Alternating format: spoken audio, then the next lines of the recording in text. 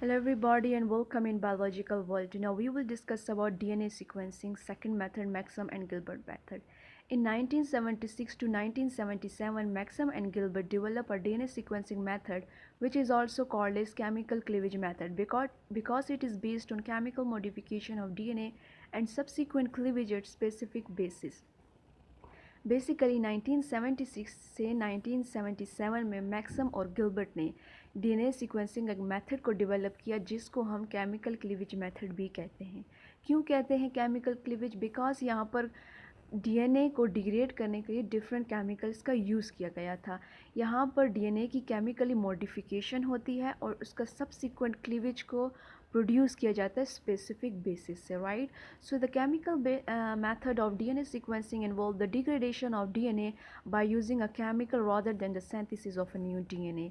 In this type of sequencing, DNA sample is labeled radioactively at third end and separate into a single-stranded DNA.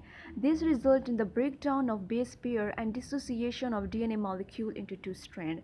Right, so basically chemical method में DNA sequencing के लिए सबसे पहले DNA को degrade किया जाता है different chemicals के थ्रू। यहाँ पर काइनेज की ट्रीटमेंट भी की जाती है जिसमें 32 फॉस्फोरस एटीपेज जो है बेसिकली फॉस्फोरस की एडिशन की जाती है टूवर्ड थर्ड एंड और डाईमिथाइल सल्फोक्साइड भी ऐड किया जाता है।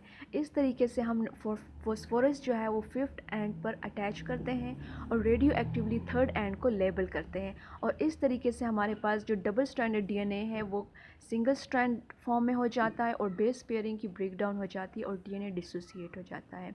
Sample is then divided into 4 test tubes, each treated with a specific chemical reagent which degrade only at a specific nucleotide basis G or C, G plus A और C plus T। Basically हमने जो sample है उसको हम 4 test tube में divide करेंगे और हर test tube का स्पेसिफिक केमिकल रिएजेंट होगा जो कि इन न्यूक्लियोटाइड बेसिस को डिग्रेड करेगा एक स्पेसिफिक न्यूक्लियोटाइड पर।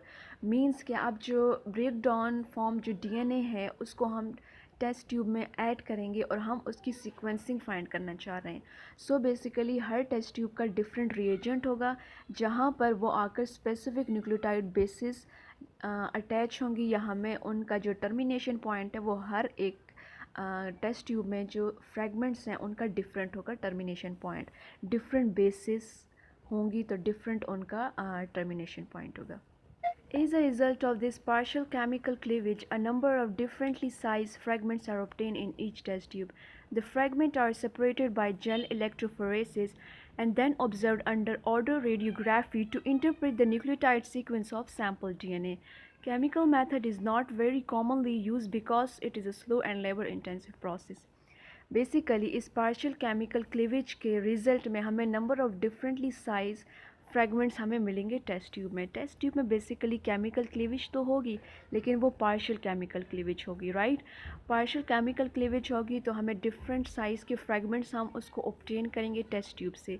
अब जो वो फ्रेगमेंट हैं उसको हम सेपरेट करेंगे जेल इलेक्ट्रोफोरेसिस के थ्रू बिकॉज जेल इलेक्ट्रोफोरेसिस के थ्रू अंडर इलेक्ट्रिक एक्टिविटी और इलेक्ट्रिक फील्ड हम जो फ्रेगमेंट्स हैं उनको सेपरेट कर सकते हैं और फिर उनको हम ऑब्जर्व करेंगे ऑटो रेडियोग्राफी में जो कि इंटरप्रिटेशन करेगी अबाउट न्यूक्लियोटाइड सीक्वेंस, एक्सप्लेनेशन देगी न्यूक्लियोटाइड सीक्वेंस से जो रिलेटेड एक्सप्लेनेशन है, राइट? सो जो केमिकल मेथड है ये वाला ये इतना कॉमनली यूज़ नहीं है। Why? Because it is a slow and labour intensive process. So यहाँ पर हमारे पास 4 टेस्ट ट्यूब हैं। ट्यूब 1 में हमने डाईमिथाइल सल्फेट प्लस हमने 90 डिग्री इसको टेम्परेचर प्रोवाइड किया और पाइपरीडीन हमने ऐड किया है।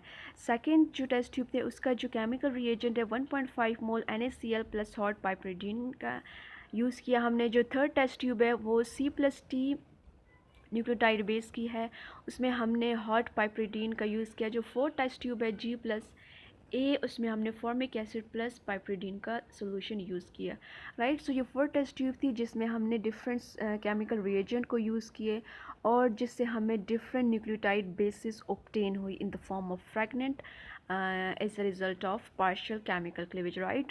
So this is all about Maxim Gilbert method. Thanks for watching.